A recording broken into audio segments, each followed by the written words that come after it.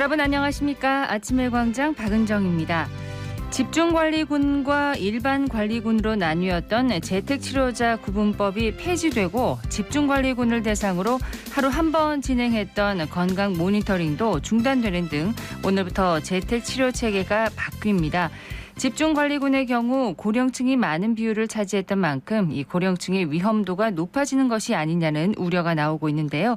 이런 가운데 이철우 도지사가 지난달 29일에 대통령 주재 코로나19 중대본 회의에서 중앙주도의 획일적인 방역을 넘어서 지방주도의 자율 방역을 제안해서 관심을 모으고 있습니다. 경북도는 그동안 복지시설의 예방적 코호트 시행과 경북형 사회적 거리두기 실시, 동네 병의원 신속 항원 검사 진료비 지원 조례 제정 등 적극적인 방역 활동과 새로운 방역 체계 제안으로 K방역을 선도적으로 이끌어왔다는 평가를 받고 있는데요. 경북도의 제안에 윤석열 대통령이 관련 부처의 지역별 상황을 고려해서 방역 정책을 결정하자고 답한 것으로 전해졌습니다. 정부의 기본적인 방역 지침에 지자체 주도의 방역이 더해져서 6차 대유행의 파고도 무사히 잘 넘을 수 있었으면 하는 바람입니다. 8월입니다. 8월 1일 월요일 아침의 광장, 먼저 이 시각 교통 상황과 날씨 듣겠습니다. 김현지 리포터. 네, 먼저 고속도로 정보입니다. 우리 지역 고속도로 위쪽으로 이동하신다면 중앙고속도로 춘천 방향 지체 참고하셔야겠는데요. 다부터널 일대 이동량 꾸준해서 속력 떨어지고 있습니다. 다부터널만 지나신다면 예천나들목까지 원활하게 이동 가능합니다. 계속해서 시내도로 정보입니다. 이 시각 시내도로 소통 원활한 구간 많습니다.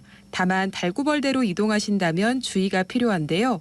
만촌내거리에서 범어내거리 방향, 만촌내거리 100m 조금 지난 지점 가장자리 차로에 덤프트럭 여러 대 정차 중입니다. 차로 변경에 신경 쓰시기 바랍니다. 외관 공단 삼거리에서 대구 방향 공단 삼거리 1차로 쪽엔 승용차와 화물차 추돌 사고 있었습니다. 구간 유의해서 지나시고요.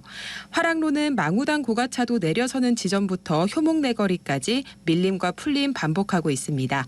또 동북로 쪽으로 우회전하는 차량들 서행하고 있습니다. 이어서 날씨 정보입니다. 대구와 경북 지역은 태풍의 영향으로 대체로 흐린 가운데 현재는 1mm 내외의 비가 내리는 곳이 있고 대부분 지역은 소강 상태 보이고 있습니다. 이 비는 내일까지 이어지겠고 10에서 60mm가 예상됩니다. 비가 돌풍과 천둥 번개를 동반하는 곳도 있겠고 강한 비가 내릴 수 있는 만큼 침수 피해 없도록 대비하시기 바랍니다. 낮 최고 기온은 31도까지 오르겠습니다. 현재 기온은 29.5도, 습도는 76%입니다. 지금까지 김현지였습니다. 지역 시사정보 프로그램의 중심, KBS 대구 제일라디오 아침의 광장을 듣고 계십니다. 월요일 아침의 광장입니다. 8시 33분 지났습니다. 오늘 아침 지역의 주요 뉴스부터 살펴보겠습니다. 뉴스민의 천용길 기자, 매일신문 김근우 기자 함께합니다. 어서 오십시오. 네, 안녕하십니까. 예, 첫 소식 전해주세요. 네, 더불어민주당 대표 선거가 3파전으로 좁혀진 가운데 이 대표 후보자 3인이 이 주말과 오늘까지 이 대구 경북 지역에 잇따라 방문을 했습니다. 8월 6일부터 시작하는 전국 순회 경선 첫 일정이 대구 엑스코에서 열리기 때문인데요. 대구에서 시작하는군요. 네, 주말 이재명 의원이 경북과 대구를 방문했고 이 박용진 의원도 대구를 찾았습니다. 오늘은 강훈식 의원이 대구를 또 찾을 예정인데요. 이 박용진 의원은 대구 경북 통합신공항 건설 이 특별법을 언급하면서 이 특별법의 가장 중요한 것이 중앙정부의 재정지원과 책임 문제이다. 민주당이 예결위까지 책임을 맡은 다수당으로서 대구 경북의 발전에 도움이 되는 방식으로 뒷받침하겠다. 이런 약속을 했습니다. 네. 또 민주당 비례당선 가능 순번에 적어도 3석을 영남에 배려하겠다라고 하는 약속도 했는데요. 이재명 의원 역시 이 대구 경북에서 민주당을 한다는 게 얼마나 힘든 일이냐, 이 마땅히 존중받아야 한다면서 취약 지역은 중앙당이 재정을 지원하고 지역위원장이나 오래 고생한 분들은 이 비례대표 국회의원에 배려해줘야 한다. 이렇게 말을 했습니다. 네. 6일 또 전당대회와 함께 치러지는 대구시당 경북도당 위원장 선거에도 각각 4파전과 3파전으로 치러질 예정인데요. 오늘부터 해서 6일까지 대구 경북 지역의 당원들의 ARS 투표라든가 이런 진행이 예정돼 있는데 네. 대구 경북 지역에 대한 관심이 선거 이후에도 좀 이어지길 기대해 보겠습니다. 반짝 관심이 아니고요. 네. 예. 다음 소식 듣겠습니다. 네, 요즘 대구 부동산 시장 보면서 굉장히 조금 상황이 안 좋다라고 느끼시는 분들 한둘이 아닐 것 같은데 그렇습니다. 이 대구 중구하고 동구, 남구, 달서구까지 총 4개의 자치구가 주택도시보증공사의 미분양 관리 지역으로 선정이 됐습니다. 이제 분양 시기나 분양가 같은 것들이 조절될 전망인데요. 미분양 관리 지역이라면 그만큼 이제 미분양이 많다는 거죠. 그렇죠. 이게 예. 아무래도 공급 자체가 지금 대구가 워낙 많지 않습니까? 예. 뭐 지금 대구 전역이 뭐 공사판이다라고 해도 과언이 아닌 상황인데 그런데 이제 뭐 대구가 인구가 늘어나거나 엄청 폭발적으로 성장하는 도시는 또 아니다 보니까 수요가 따라가지 못하면서 미분양 물량이 굉장히 많이 쌓였고 네. 이 자연스럽게 주택 경기가 굉장히 크게 침체돼 있습니다. 이 국토교통부 통계를 보면 6월 기준으로 대구의 아파트 미분양 물량은 모두 6,718가구거든요. 이게 전국에서 가장 많은 건데 정말 이 공급을 이기는 수요는 없다라는 얘기가 떠오르는 대목입니다. 이번에 지정된 중구하고 동구, 남구, 달서구는 전부 다 500가구 이상 미분양 주택이 남은 상황이고 특히 중구하고 동구는 1,000가구가 넘고 달서구는 2,000가구가 넘는다고 해요. 달서구가 제일 많군요. 그렇습니다. 심지어는 수성구조차도 일부 뭐 우리가 소위 범사만삼이라고 부르는 인기 지역을 제외하고는 미분양 주택이 발생하면서 800몇 가구 정도 돼가지고 기준은 충족했는데 여기는 이제 조정 대상 지역이라는 이유로 제외가 됐고요. 지금 이렇게 미분양 관리 지역으로 지정된 곳은 분양 시기를 조절하거나 이 분양가 인하를 권고하기도 하는데 아마도 가격을 조정하는 선에서 협의될 것으로 보인다라는 관측이 조금 더 우세한 상황입니다. 그렇군요. 사실 작년까지 집값이 너무 가파르게 올랐잖아요. 그래서 애초에 그 오른 시세에 맞춰가지고 그 땅을 사고 건설을 하다 보니까 이 분양가 자체가 굉장히 비싼 곳들이 많습니다. 대구 시내 뭐 분양가가 뭐 7억이 넘는 곳들이 흔해질 정도로 그런 곳들이 많은데 늘 말씀드립니다만은 집값은 너무 빨리 올라도 또 빨리 떨어져도 양쪽 다 사회적인 문제가 되기 때문에 네. 적정한 수준으로 좀 이번 그 지정을 계기로 조정이 돼서 밸런스를 맞춰야 될 것으로 보입니다. 가격이 조정된다면 이 지역에서 이제 내 집 마련을 하시려는 분들에게는 또 좋은 기회가 또 될 수도 있을 것 같습니다. 그렇습니다. 예, 소식 하나 더 들을게요. 네, 이 대구경찰청이 오늘부터 2달 동안 이륜차 또는 또 전동 킥보드와 같은 개인형 이동장치 이용자 법규 위반에 대한 이 집중 단속을 벌입니다. 이 교통사고 증가에 따른 것인데 이 기간 동안 이륜차의 번호판 가리기 또 무등록 운행 등 이 주요 위반 단속을 강화하고 또 교차로와 상습 위반 장소에는 캠코더를 이용해서 이 단속을 합니다. 특히 이 킥보드 공유 어플을 활용해서 이 전동 킥보드가 많이 배치된 장소를 파악해 이 주변 이용자를 대상으로 안전모 미착용, 2인 탑승, 무면허 운전, 음주운전 등을 단속할 예정인데요. 네.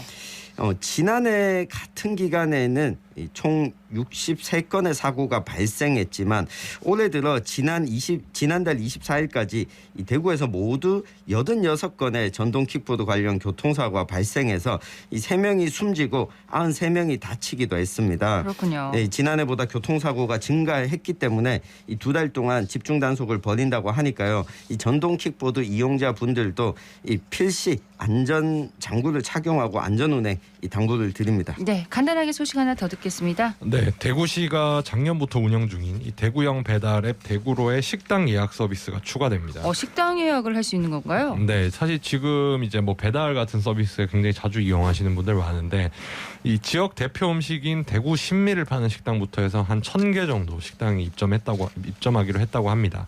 뭐 안지랑 곱창 골목이라든지 드랑길 먹거리 타운 이런 시민들이 굉장히 많이 찾는 곳들이 포함됐거든요. 네. 이 서비스를 이용하고 리뷰를 등록하면은 최초 1회 안에서 이 3,000원 쿠폰도 준다고 하니까 더 이용을 해보시면 좋겠고 이 하반기 중에는 여기다가 전통시장 장보기 서비스까지 추가해서 일종의 대구 시민들의 어떤 음식 플랫폼 같은 걸로 좀 자리매김할 계획이 있는 것 같습니다. 그렇군요. 이 자영업자들은 물론 시민들의 부담도 좀 덜어주는 그런 공공 서비스가 됐으면 좋겠습니다. 예, 대구로에서 식당 예약 서비스도 가능하다는 거 기억하시기 바랍니다. 자, 지역 소식 여기까지 듣고요. 이슈 토크로 넘어가겠습니다. 오늘은 어떤 얘기 해볼까요? 네, 이 대법원이 포스코에서 일하던 하청업체 노동자를 이 포스코가 직접 고용해야 한다라고 판결을 내렸습니다. 첫 소송을 낸 지 11년 만의 결론인데 현재 유사한 소송이 여러 건 진행 중인 만큼 이 산업계에도 이 파장이 예상되는데 이 관련 내용을 한번 살펴보겠습니다. 대법원의 판결 내용부터 좀 간단하게 정리를 해주세요. 네, 일단 근로자 지위 확인 소송이라는 말이 문자 그대로 보면은 내가 근로자라는 거를 확인받는 소송이잖아요. 근데 뭐 그런 것까지 하느냐라고 궁금해하시는 분들도 계실 것 같아서 간단하게 좀 설명을 드리면 네. 하청업체 소속인 노동자가 사실상 원청의 소속으로 일했다라는 거를 증명받는 소송이라고 보시면 되겠습니다. 우리가 흔히 뭐 대주례, 데팍토 이렇게 부르는데 뭐 여기서 대주례는 이제 법적으로 하청업체 소속이다라는 사실일 것이고 네. 데팍토는 그럼에도 실질적으로는 원청 소속처럼 일을 했다. 사실 우리가 뭐 일반 사회생활 하다 보면은 회사에서 그 회사에서 일을 하고 있지만 소속은 그 회사가 아닌 그런 노동자들을 뭐 쉽게 찾을 수가 있는데 그런 개념이라고 보시면 될 것 같아요. 이 대법원이 지난주에 내린 결론인데 이 포스코 광양제철소에서 크레인 운반 작업 같은 것들에 종사했던 협력업체 노동자들이 포스코를 상대로 낸 2건의 이 근로자지위 확인 소송에서 원고 승소로 판단했던 원심 판결을 확정한 겁니다. 이 포스코의 사내하청 노동자들이 실제로는 이제 하청업체 소송임에도 이 포스코로부터 그때그때 작업 지시를 받아서 크레인 업무를 했고 또 포스코 직원이 담당하는 업무하고 협력업체 직원의 업무가 완전히 분리돼 있다고 볼 수가 없으며 이 포스코가 협력업체 노동자에 대한 근태 관리와 인원 배치에 관여했다 이렇게 본 건데요. 이에 따라서 이제 포스코하고 하청업체 노동자는 지휘 명령권이 있는 이 근로자 파견 계약 형태로 2년 넘게 파견 근로자를 사용한 경우에는 직접 고용해야 된다라는 파견법이 있어요. 이 파견법을 이제 이 근로자 지위를 확인받으면서 적용이 되는 거고요. 이게 2년을 초과했기 때문에 원고들을 포스코가 직접 고용해야 된다라고 법원에서 판시를 했습니다. 이번 판결의 의미가 매우 높죠. 네. 매우 깊죠. 이게 인력 운용만 담당하는 회사가 있고 이 사람을 다른 업체에서 일하도록 하는 이 파견 근로가 이 제도적으로 도입된 것이 1998년이었습니다. 이 당시 파견 노동이 중간 착취를 양산할 수 있다면서 이 보호에 대한 내용을 담고 있는 것이 흔히 이야기하는 이 파견법입니다. 그런데 이 파견법에는 파견을 할 수 있는 직종이 제한돼 있습니다. 특히 제조업에는 파견 노동을 또 금지하고 있고요. 이번에 소송을 제기한 사내하청 노동자들은 같은 포스코 공장에서 포스코로부터 사실상 업무 지시를 받고 일하면서도 임금이나 복지에서도 이 차별을 받아왔습니다. 유사한 일을 하면서도 언제든 또 고용 불안에 놓여 있었던 건데요.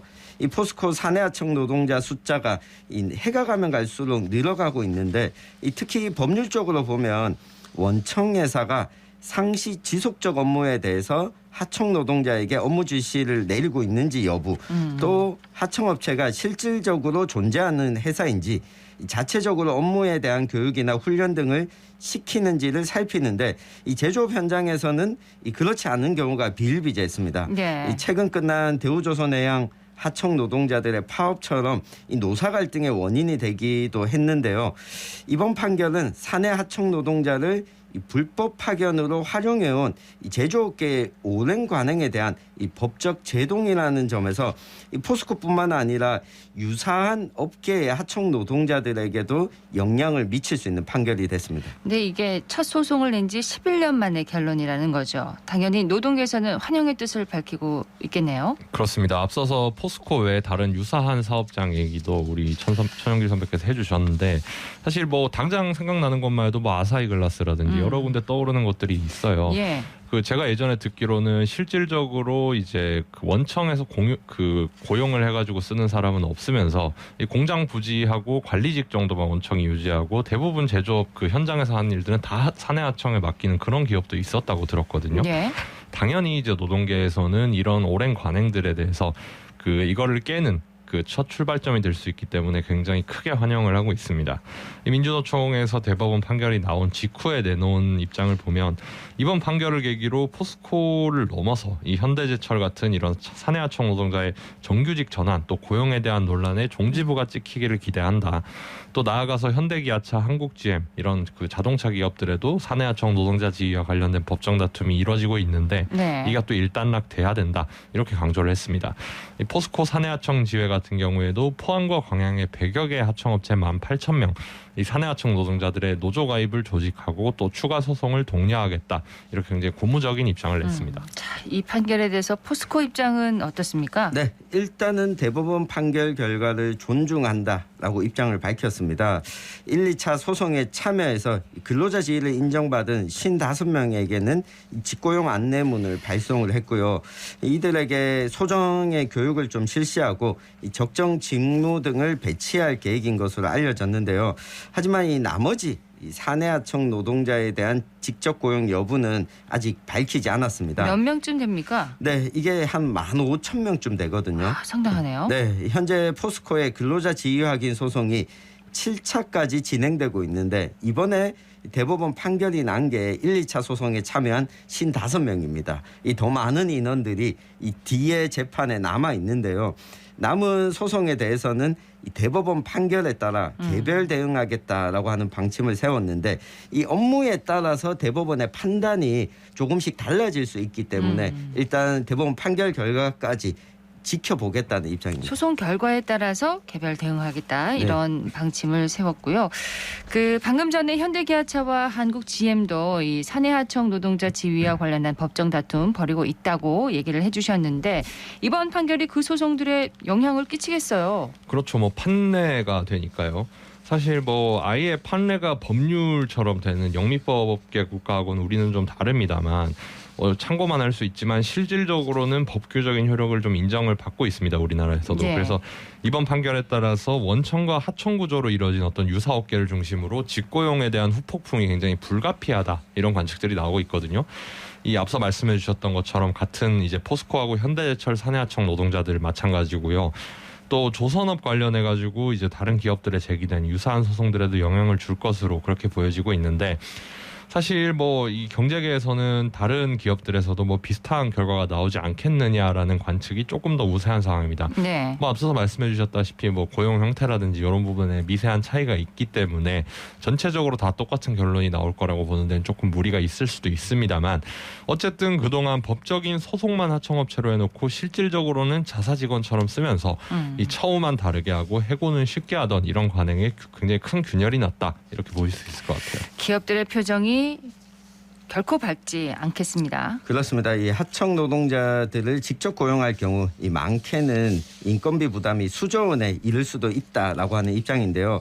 이 사내화도급 인력을 쓰지 못하고 정규직화하면 고용 유연성이 떨어질 수밖에 없다면서 이 기존 정규직 직원들과의 형평성 문제도 풀어야 할 이 과제로 기업들은 꼽고 있습니다.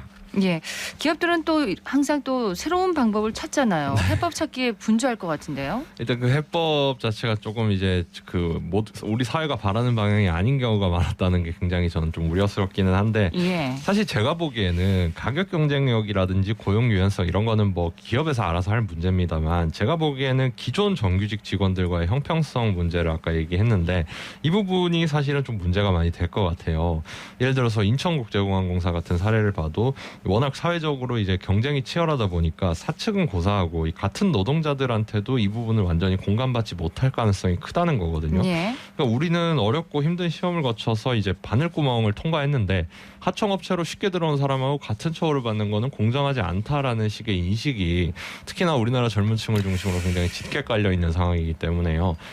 일단 이제 현대차가 이런 대법원 판결에 맞서가지고 헌법소원까지 제기를 해놓은 상태고 사실은 이렇게 사측이 강경하게 나오는 거는 내부에 이런 노동자들의 반발 같은 것들이 지지가 없다라면 사실 생각하기가 좀 어려울 수 있거든요. 네. 그래서 일단 작년 7월에 대법원 확정 판결을 받은 자동차 부품업체인 현대위아 같은 경우에는 이 소송 무마를 위해서 자회사를 세워서 지원하도록 한 다음에 여기에 응하지 않은 사람은 전보시키고 이런 식으로 해가지고 좀 문제가 되기도 했었습니다. 아하.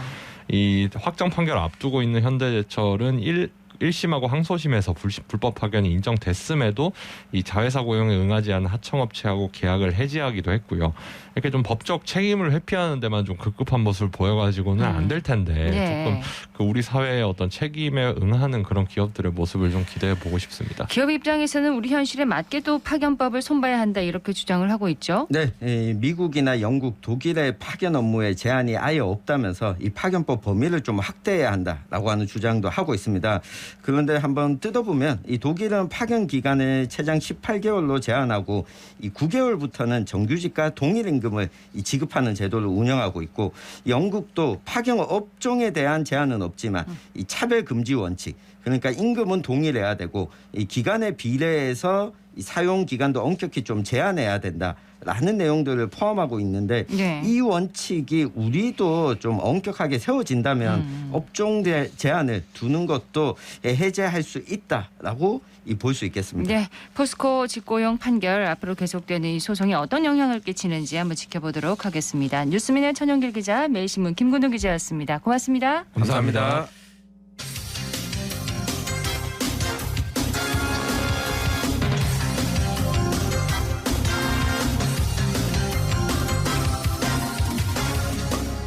8시 50분 지났습니다. 인생 전환기에 있는 우리 지역의 청년들이 보다 나은 삶을 준비할 수 있도록 지역의 청년 정책을 살펴보는 시간, 청년 리포트입니다. 대구시 청년상담소 강혁주 상담사 함께합니다. 어서 오십시오. 네, 반갑습니다. 예, 오늘은 어떤 청년 정책 살펴볼까요? 네, 오늘은 최근 논란이 된 2030 청년들의 비투 탕감 관련된 이야기를 나눠보려고 합니다. 논란의 발단은 지난 7월 14일 정부 금융위원회의 제2차 비상경제 민생회의에서 김주현 금융위원장의 발언이 도화선이 되었는데요. 전체적인 발언 내용은 최근 민간 부채가 크게 늘어나고 금리가 빠르게 상승함에 따라 취약계층의 금융 부담이 가중되고 있다는 발언이었습니다. 네. 소상공인과 자영업자 등을 언급했는데, 논란이 된 부분은 투자 손실 등으로 애로가 큰 저신용자들 청년들이 신속하게 재기할 수 있도록 신속 채무 조정 특례 제도를 신설하고 관계 기관 간 협업 체계를 강화해 나가겠다고 밝힌 부분입니다.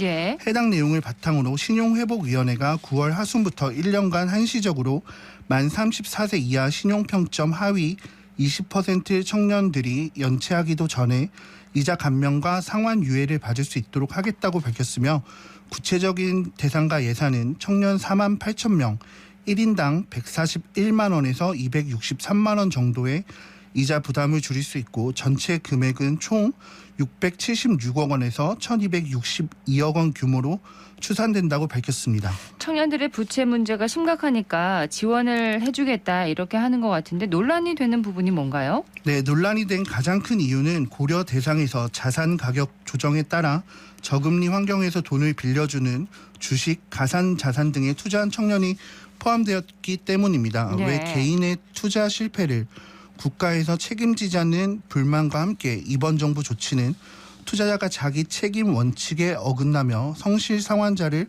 역차별해 공정성, 형평성 차원에서 문제가 있다는 지적이 같은 2030 청년 세대에서도 나오고 있습니다. 네. 한편 이번 대책에 대해 경제 허리라고 할 수 있는 중장년층에서는 가장 많은 세금을 부담하는 건 중장년층인데, 청년들에게만 금융 혜택을 주는 정책들이 잇따라 나오면서 특혜를 주는 건 불공정한 혜택이다. 정부가 청년 대책에만 주력하는 사이 중장년층이 무너지고 있다는 주장도 나오고 있습니다. 네, 예산은 좀 한정적이고 참 어려운 문제네요.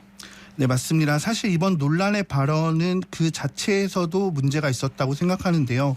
채무 조정 제도에 없었던 제도를 만드는 것이 아니라 지금도 하고 있는 제도이거든요. 기존에 있는 제도지만 더 특별하게 관리하겠다는 거고, 그리고 지금은 등급제가 아닌 점수 제도로 바뀌었지만 청년이기 때문에 신용평가 시스템상 받는 불이익도 있을 수 있거든요. 예. 예를 들어서 신용기록이 많지 않고 미래 소득을 예측하기 어렵기 때문에 1금융권을 이용하기가 어렵거나 대출을 받을 때도 높은 금리를 적용받기도 하고요. 하지만 이제 논란이 되는 것처럼 이 도덕적 해이를 우려하는 목소리도 만만치 않은 거네요. 네, 맞습니다. 핵심은 도덕적 해이가 발생하지 않는 범위 안에서 지원 내용을 엄격히 제한하되 채권 일체가 부실화되는 것을 막는 방법으로 연령의 제한 없이 가는 게 바람직하지 않을까 하는 생각이 드는데요.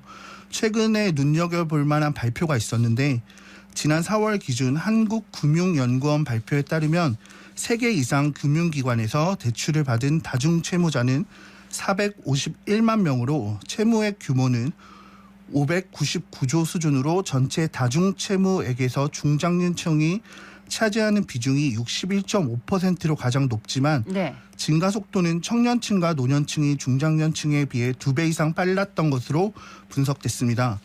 해당 자료에서도 특히 대출 금리 수준이 높은 제2금융권에서 청년층과 노년층의 다중 채무자와 채무액 증가 속도가 빨라져 부실화 우려를 지적했습니다. 그렇습니다. 가계부채 문제는 특정 연령에 국한된 문제는 아니잖아요. 네, 맞습니다. 앞서 한국금융연구원 자료에서도 청년층과 노년층 등이 제2금융권 등 높은 금리로 인해 부실화될 것을 지적했는데요.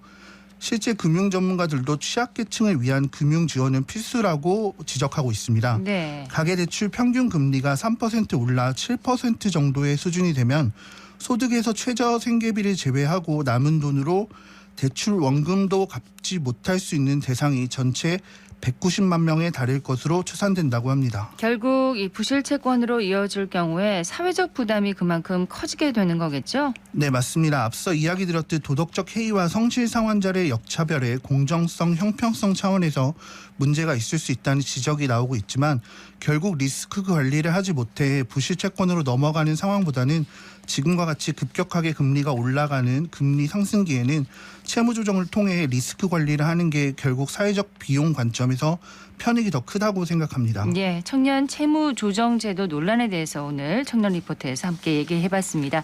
대구시 청년 상담소 강혁주 상담사였습니다. 고맙습니다. 네, 감사합니다. 오늘 대구 경북 지역은 서해상에서 이동하는 태풍 송다와 일본 오키나와 부근에서 북상하는 트라스의 영향으로 대체로 흐리고 비가 내리겠습니다. 내일까지 예상 강우량은 10에서 60mm고요. 낮 기온은 29도에서 32도 분포로 평년보다 조금 낮을 것으로 예상됩니다. 아침의 광장 월요일 순서 여기까지입니다. 지금까지 박은정이었습니다. 여러분 고맙습니다.